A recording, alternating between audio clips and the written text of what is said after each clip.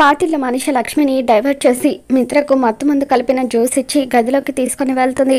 మరో పక్క మనీషా ఫ్రెండ్ లక్ష్మితో మిత్ర మధ్యలోనే పార్టీ నుండి వెళ్ళిపోయాడని, ఏదో ఇంపార్టెంట్ కాల్ వచ్చిందని చెప్పడంతో మిత్ర ఇంటికి వెళ్ళిపోయాడేమో అనుకుని లక్ష్మి కూడా తిరిగి ఇంటికి వచ్చేస్తుంది. అక్కడ వెళ్ళిన తర్వాత మిత్ర ఇంకా ఇంటికి రాలేదని తెలుసుకున్న లక్ష్మి మిత్ర గురించి కంగారు పడిపోతూ ఉంటుంది.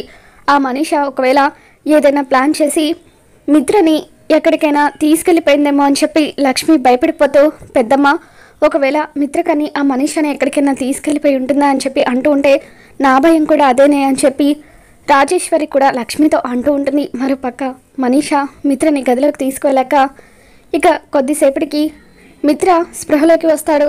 పక్కన మనీషా ఒంటి నిండా బెడ్షీట్ కప్పుకొని అలా ఏడుస్తూ మిత్ర వైపు చూస్తూ ఉంటే, తన పక్కన మనీషాని చూసి మిత్ర ఒక్కసారిగా షాక్ అవుతాడు. ఆ తర్వాత మనీషా, మిత్ర నువ్వు నా జీవితాన్ని సర్వనాశనం చేశావని చెప్పి తనని బ్లాక్మెయిల్ చేస్తూ ఉంటుంది.